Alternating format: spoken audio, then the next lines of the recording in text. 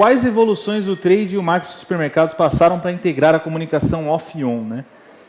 Para falar sobre o novo trade off integrado com o digital, ela que tem 12 anos de experiência em digital e e-commerce, a carreira da Luísa vem sendo pautada neste universo que está em constante mudança e da qual se assume uma grande apaixonada e entusiasta, com passagens por empresas como Disney, Emirates Airlines, Philips e Reckitt.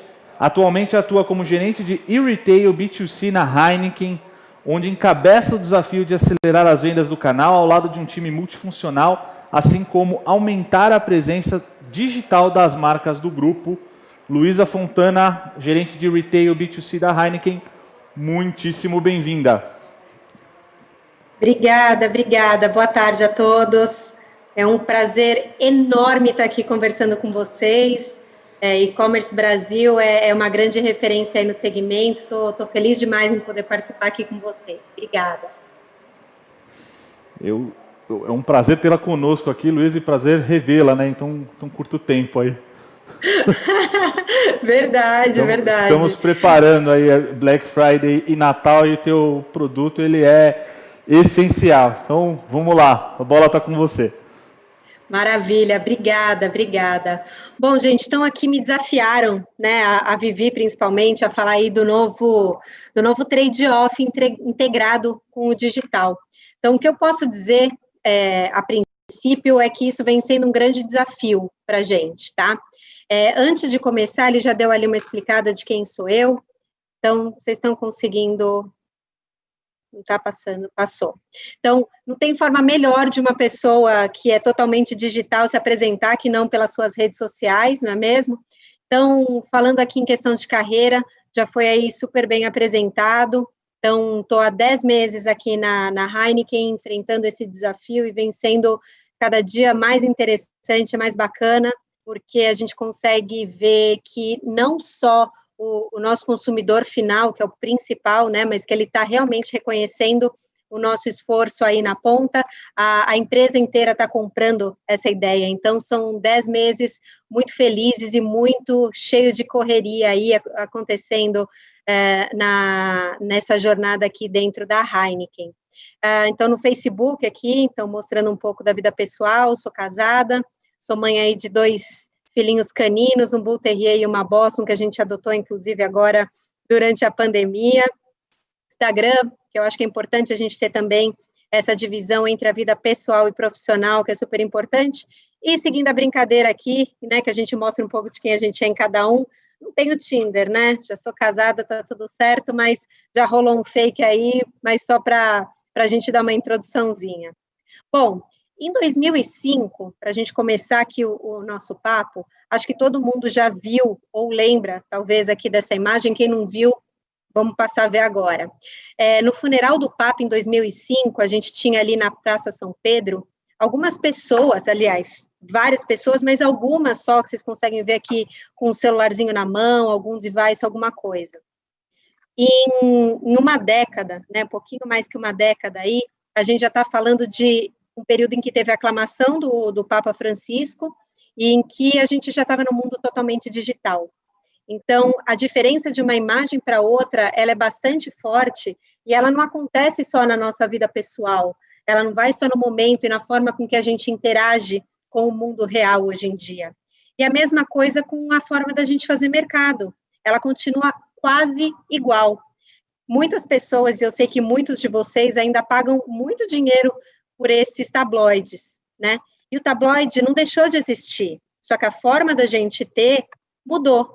Então, aqui, por exemplo, do Pão de Açúcar, onde ele já tem esse programa do Cliente Mais, e você tem a possibilidade de, na palma da sua mão, né? A nossa vida hoje em dia acontece na palma da nossa mão, literalmente, né? O nosso Zero Moment of the Truth, conforme o Google. Então, a gente tem ainda o mesmo encarte, né? Só que a gente já tem a possibilidade de determinar o que eu quero comprar. A gente já consegue, uma vez que eles identificam quem somos nós, trazer uma oferta muito mais direcionada para a nossa necessidade E a gente pode fazer isso não só na palma da nossa mão, como, de repente, é impactado por um folheto, por um tabloide, mas ter tudo isso na palma da nossa mão e a gente escolher qual que é a forma que a gente quer receber isso. Se eu quero fazer a compra aqui agora e receber em casa, se eu quero passar mais rápido no caixa, se eu quero, não sei, fazer a compra pelo celular e depois só passar no caminho de volta do trabalho, de qualquer outra coisa que eu esteja fazendo, passar e retirar. Então, a forma de fazer mercado mudou. O que é bacana comentar a respeito desse 42º relatório do Web Shoppers, da Ebit, e que me traz um ponto aqui que eu acho extremamente interessante de dividir. Pela primeira vez, a gente passou o número de novos usuários para o número de recorrentes. Então, recorrentes hoje, clientes, já representam 40%. Então, quando a gente para pensar e diz, mas esse e-commerce ou essa coisa toda de compra online vai passar depois da pandemia.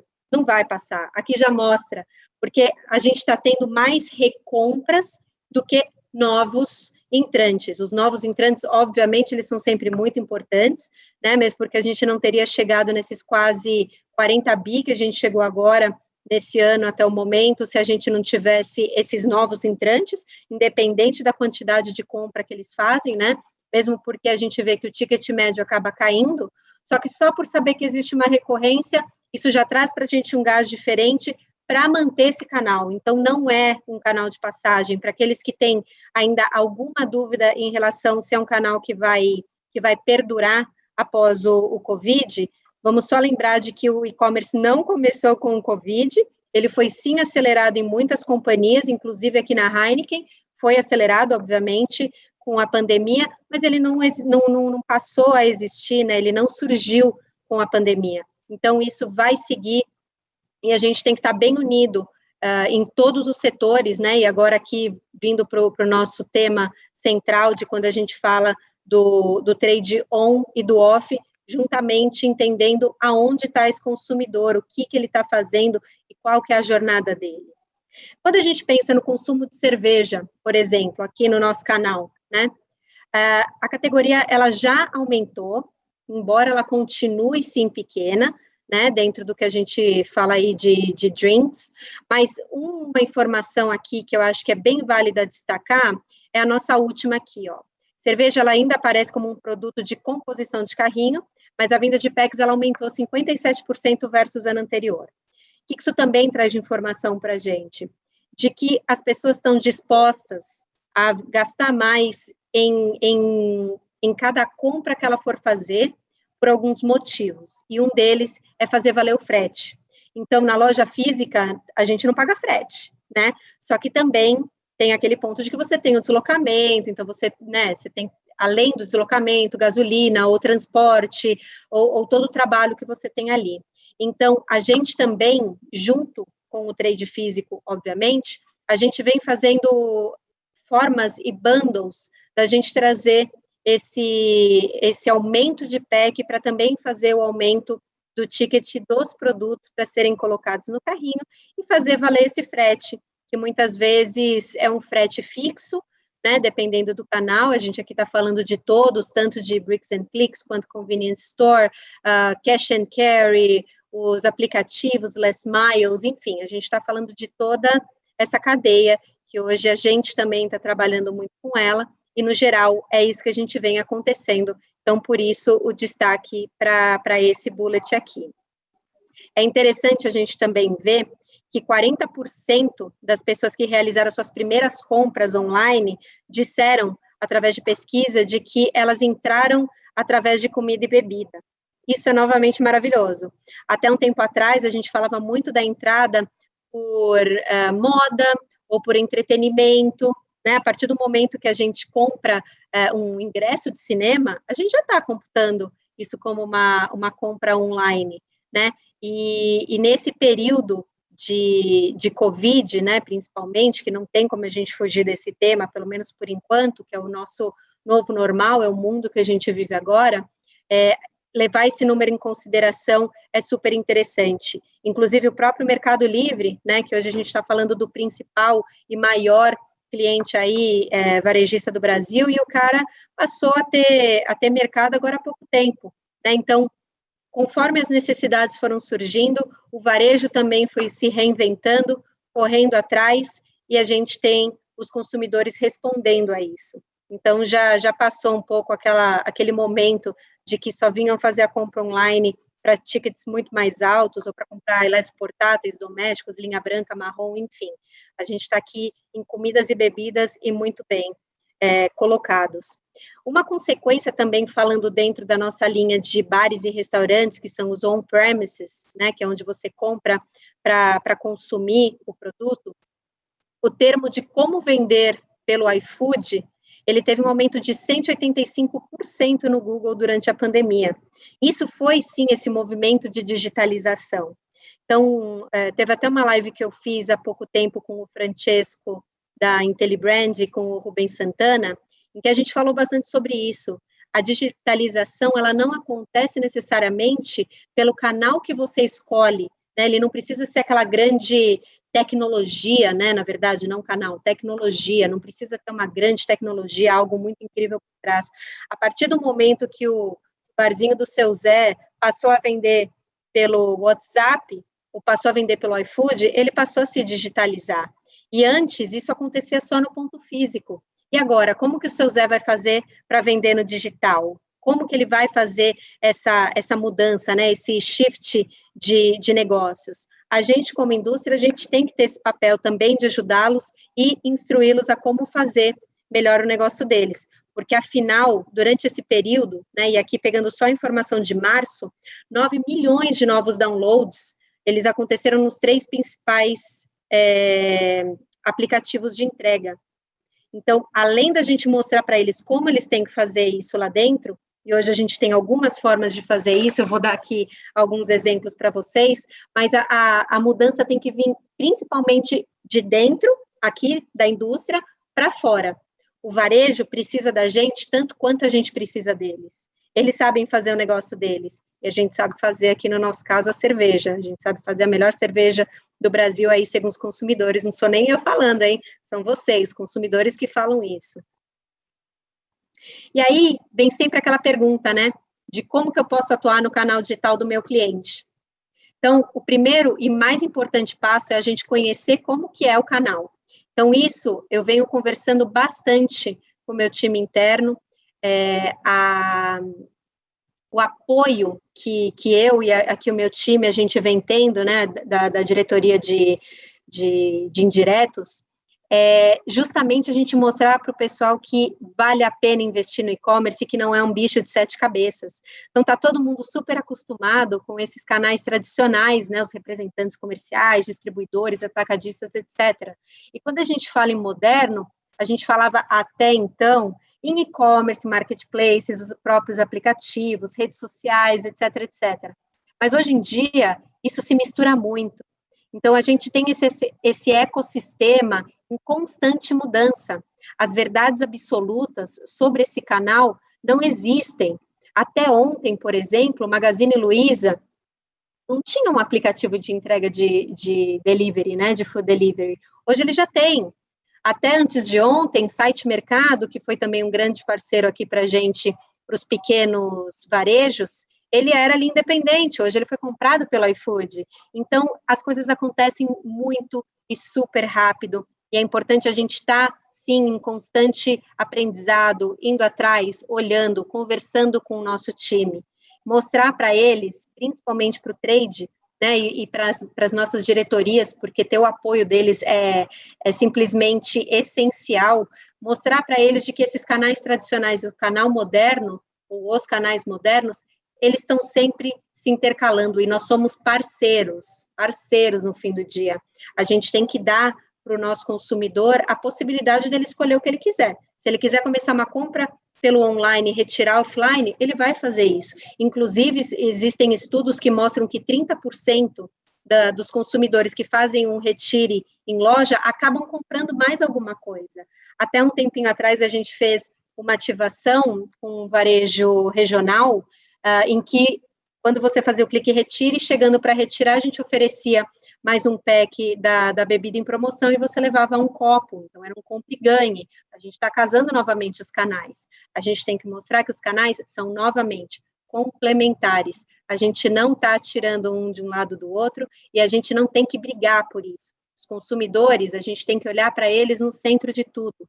E o centro deles é entender aonde que eles estão comprando e a gente atender conforme a necessidade deles. Eu tenho certeza que vocês ouvem ainda muito a seguinte frase: o e-commerce ainda representa muito pouco para mim, meu negócio, sei lá, é 5%, 3% do meu faturamento, ainda é muito pouquinho, não vamos falar sobre isso não. Aqui está a resposta. A gente que define o tamanho de que o digital pode ser e representar dentro do nosso cliente. Então, quando a gente faz uma continha aqui de funil, coisa básica, se a gente pega aí a quantidade média, aqui eu joguei alguns números, tá, gente? Não são os nossos números reais, mas pega aí uma rede, média de clientes, você já tem ali uma média de 16 lojas ou 34 produtos. Quando a gente multiplica isso, a gente já aumenta muito a nossa gama. A gente passa a não ter só 34 produtos. A gente tem esses 34 vezes 16 produtos.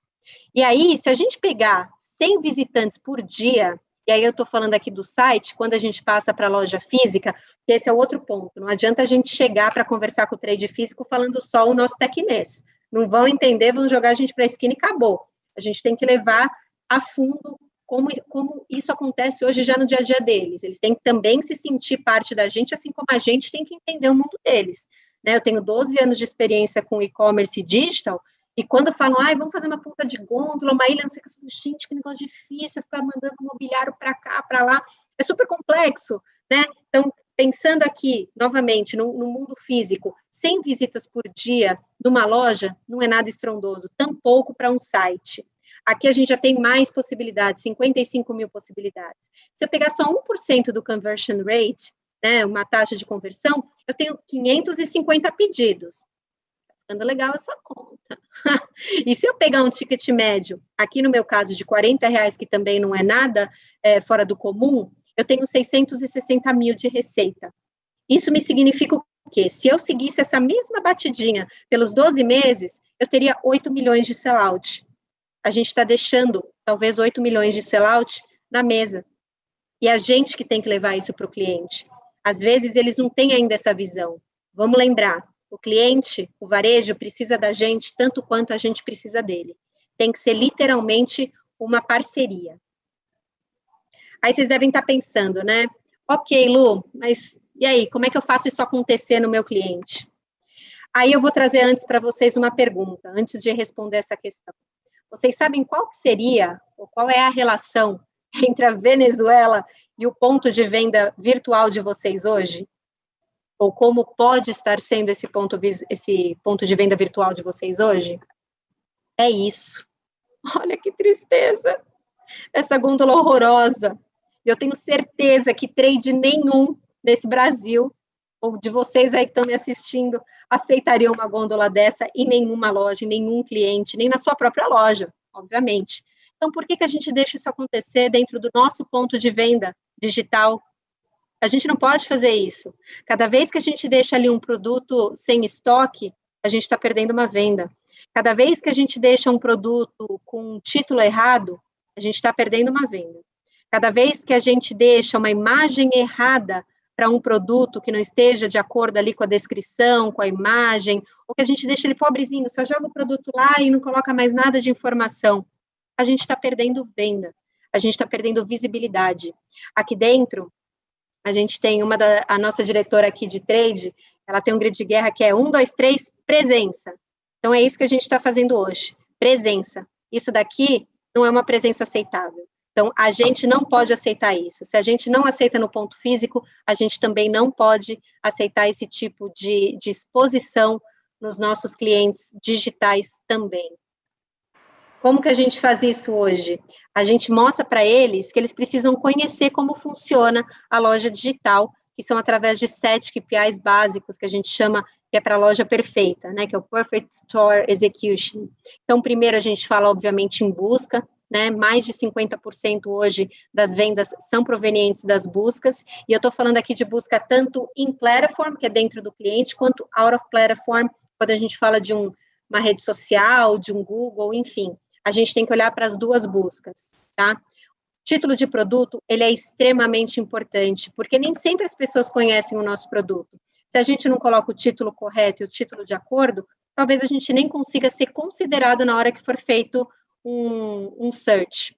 A imagem também para mobile é extremamente importante, a partir do momento que esse aparelhinho aqui é uma extensão do nosso corpo, né? A gente nunca pode esquecer dele. Na verdade, aquela história de mobile first, inclusive, já é passado. Primeiro, 100% a gente faz para o celular. O conteúdo de produto, inclusive, e é bacana comentar que nos Estados Unidos a Amazon já é hoje o site onde é mais visitado para a busca de informação de produto.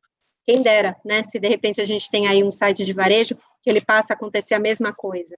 Os ratings and reviews, que no final das contas são, aliás, é o novo marketing boca a boca, a diferença é que ele é digital, passou também já o tempo de que a gente só olha ratings and reviews e avaliações de hotel, coisa do tipo. Não, a gente olha para tudo, a gente confia mais no que as pessoas falam do que a própria marca, do que a própria indústria está levando. As informações legais, obviamente, são super importantes, porque lei é lei, então se tem uma lei no ponto de venda, tem que ter a lei dentro do site também, e os produtos recomendados. Por que não eu recomendar já para o varejo, quando eu for fazer o meu cadastro, eu já levar para ele quais são os produtos que a gente tem que colocar como produto matching? Tá? Então, a gente passa esse guide aqui de região por região, fazendo lives, conversando com o pessoal e fazendo com que cada vez mais eles também se empoderem de entender do digital para poder ter um papo mais fluido e tranquilo com seus clientes. O que eu queria trazer aqui para vocês, rapidinho, me digam, por favor, se vocês estão ouvindo o som, mas é para mostrar para vocês uma campanha que a gente fez agora recentemente, de Heineken 0.0, que foi uma campanha totalmente omnichannel, O2O, e que eu gostaria de dividir isso com vocês para a gente finalizar. Estão ouvindo?